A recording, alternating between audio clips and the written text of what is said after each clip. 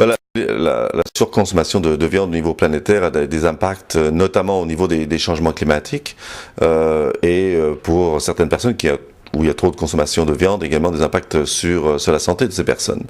Et donc, depuis une cinquantaine d'années, effectivement, il y a une croissance. Plus les gens deviennent riches, il y a une tendance vers la surconsommation de viande, puisque le modèle, justement, symbolique de la richesse, c'est justement, entre autres, accès à de la viande ou plus de viande, alors que les gens plus pauvres ont moins d'accès à la viande dans beaucoup de cas. Quel est votre point de vue sur l'utilisation des OGM sur les animaux et comment contrer le problème? Au niveau des OGM, c'est surtout l'alimentation animale. On sait que le soja est utilisé énormément pour l'alimentation animale. Également le maïs à moindre, mais et on sait que ce sont ces deux plantes qui sont en fait génétiquement modifiées. Et donc la consommation de viande a un lien directement avec en fait les cultures OGM. On le voit très bien entre le commerce en Amérique latine du soja notamment, qui contribue en fait à nourrir le bétail en fait en Europe. Et donc la consommation de viande est très reliée en fait également à l'alimentation animale et notamment les cultures OGM d'un point de vue industriel. Pensez-vous que la surconsommation de viande est en partie liée au lobbying de certaines entreprises? Oui, en grande partie, la surconsommation de viande a été encouragée. Il y a d'énormes subventions. Par exemple, au Québec, à peu près 700 millions de dollars par an servent à subventionner l'industrie porcine, qui est année après année en fait déficitaire. Et donc, c'est une subvention très directe des contribuables du Québec à une industrie, à l'industrie, si vous voulez, de la viande. Et donc, ça représente un lobby très fort, puisqu'il y a une industrie, il y a également des intérêts économiques en place qui n'ont aucun intérêt à voir ces subventions à l'agriculture disparaître. Considérez-vous qu'il y a un lien entre la surconsommation de viande et la maltraitance des animaux? L'hyperconsommation de viande veut dire... Alors on est quand même dans un système depuis une cinquantaine d'années d'industrialisation de l'agriculture en général, et ça veut dire également au niveau de la production animale de plus en plus de concentration au niveau de la production de viande. Ça veut dire des plus grandes fermes et par exemple des porcheries à très grande échelle. Les animaux pour des raisons de rationalité économique ne vont pas nécessairement à l'extérieur. Donc il y a toutes sortes d'éléments qui sont reliés également au bien-être des animaux. Et donc c'est aussi un débat, savoir si c'est de la maltraitance ou si simplement le modèle industriel n'est simplement pas fait pour les animaux, mais en fait c'est un élevage de viande, pas d'animaux. Avez-vous des conseils pour contrer la surconsommation de viande? Je pense qu'il faut, premièrement, dans les pays qui mangent beaucoup de viande, et notamment les pays les plus riches, c'est également de réviser nos propres pratiques, nos propres comportements par rapport à la surconsommation de viande. Pour deux raisons. Un, pour nous-mêmes, bien entendu, et pour les animaux et pour l'environnement, mais aussi pour envoyer un message aux pays du Sud qui sont en train de s'enrichir et qui voient que un des symboles de la richesse ou de sortir de la pauvreté, c'est de manger plus de viande. Et donc, on a aussi un rôle éthique et moral de dire, si on veut que les autres ne fassent pas les mêmes erreurs que nous avons fait, il faut aussi que nous, dans les pays plus riches, on change nos comportements afin de montrer l'exemple et que l'ensemble de la planète ait une chance de ne pas aller dans une mauvaise direction de la surconsommation au niveau international.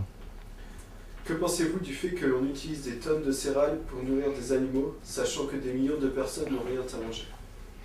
Oui, c'est un grand problème, c'est que la conversion en termes d'énergie au niveau alimentaire, la viande prend énormément de quantité de grains et de végétaux.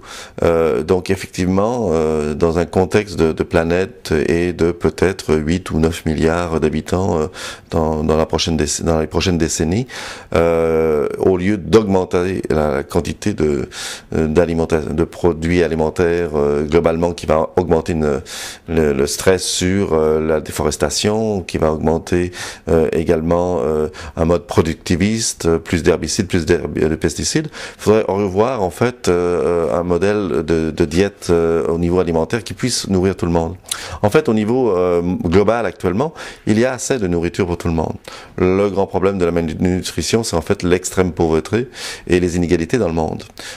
Donc ça, c'est déjà la première chose. Et puis deuxièmement, effectivement, une consommation basée sur de la surconsommation de viande a un impact en termes de redistribution, de maldistribution des ressources au niveau alimentaire dans le monde. Mais en même temps, je pense qu'il faut quand même qu'il y ait une exemption, disons, culturelle, parce qu'il y a certaines sociétés qui, depuis très longtemps, consomment plus de viande que certains d'autres pays. Je pense à l'Argentine, par exemple, pour des raisons historiques. Donc, également, à être sensible à ça aussi, parce que là, on touche plus qu'à la consommation de viande, on touche également à des codes culturels, des habitudes. Et donc, c'est également changer ces codes culturels, mais petit à petit, et de trouver des alternatives qui sont basées dans les cultures locales, qui vont plutôt vers une diète, disons, plus végétale.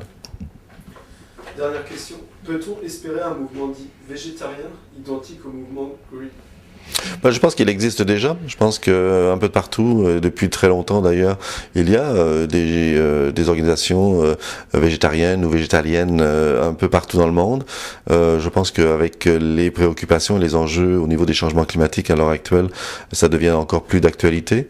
Par exemple, le petit guide de Greenpeace au niveau de ce que les individus peuvent faire demande d'ailleurs ou suggère par exemple que les gens qui mangent de la viande actuellement réduisent leur consommation, par exemple une journée par semaine sans viande, et trouver d'autres moyens très intéressants, conviviales et tout à fait très bonnes pour aller dans ce sens-là.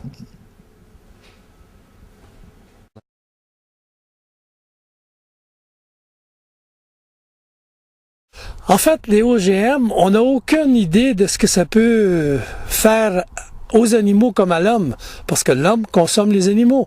Alors donc OGM, c'est des organismes modifiés génétiquement. Alors qu'est-ce que ça peut faire? J'en sais rien, mais moi j'en utilise pas et je suis contre tout à fait, parce qu'on ne connaît pas l'implication de ce que ça... Enfin, qu'est-ce qui va arriver dans 20 ans ou dans 15 ans? Voilà. Parfait. Et pourquoi produisez-vous bio? Je produis du bio parce que la conventionnelle, ça me convenait pas, parce que l'utilisation de tous les médicamentations ou toutes les façons de faire dans le conventionnel ne m'intéressait pas du tout. Moi, ce qui m'intéressait, c'est d'avoir un respect pour les animaux, de les voir heureux, en package comme on les voit maintenant ici, là, au champ. Alors, je pense que c'est merveilleux pour les animaux qui peuvent choisir les herbes qu'ils veulent. S'ils veulent des herbes pour mieux digérer, ils choisissent la sorte d'herbe qu'ils veulent. Ils veulent avoir d'autres herbes avec d'autres arômes, ils choisissent ce qu'ils veulent, un peu comme vous prenez vos repas. Alors je pense que c'est intéressant à ce niveau-là.